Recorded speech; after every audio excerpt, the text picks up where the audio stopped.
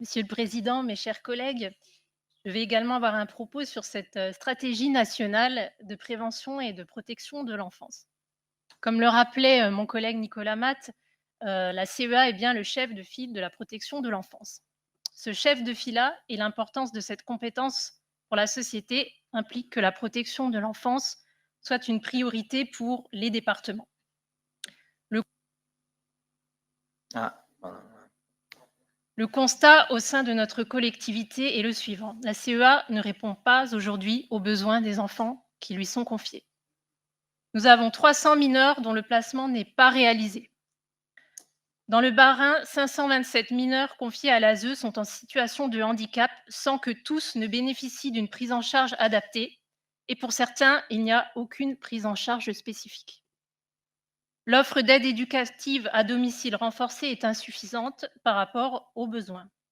Ou encore concernant l'accueil des fratries et au regard de la Convention internationale des droits de l'enfant, le principe de non-séparation, bien que privilégié au sein de notre collectivité, n'est pas toujours respecté.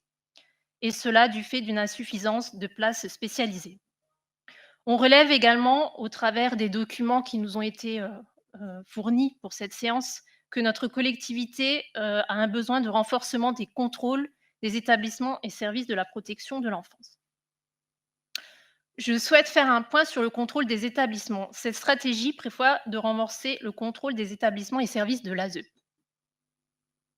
Pour les établissements et les services de l'ASE, la compétence de contrôle relève en premier lieu du président de la collectivité. Il apparaît que jusqu'en 2019, les services de la protection judiciaire de la jeunesse effectuaient une vérification des extraits de casier judiciaire pour les établissements qui relevaient de l'ASE. Et depuis, ces vérifications ne sont plus effectuées.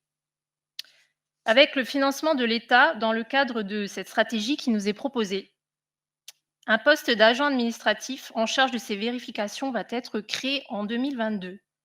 Mais en 2022, c'est justement la date à laquelle prend fin ce contrat avec l'État et l'ARS. Alors, je pose la question, est-ce que la sécurisation des établissements et professionnels relevant de l'ASE va être poursuivie ou pas? Le contrôle des établissements et des services de l'ASE relève de votre compétence, Monsieur le Président, et vous ne pouvez pas vous en remettre à l'État pour décider de ce qu'il va advenir. Alors, si cette contractualisation apporte bien 3 640 000 € en recettes à notre collectivité, pour la protection de l'enfance et prévoit des engagements forts avec 4 objectifs pertinents, elle prend fin en 2022. Et avec cette contractualisation très limitée dans le temps, on est amené à douter de la volonté de l'État en matière de protection de l'enfance.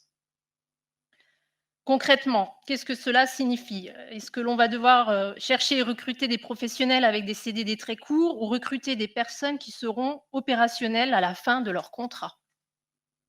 Alors oui, cette contractualisation va renforcer quelque peu l'action de notre collectivité, mais avec les réserves et limites que j'ai évoquées concernant celle-ci, avec les besoins en augmentation au sein de notre collectivité et les carences que l'on a identifiées, il est nécessaire que cette contractualisation soit l'amorce d'une politique identifiée comme prioritaire pour notre collectivité et qui réponde aux besoins de protection des enfants et d'accompagnement des familles. Merci.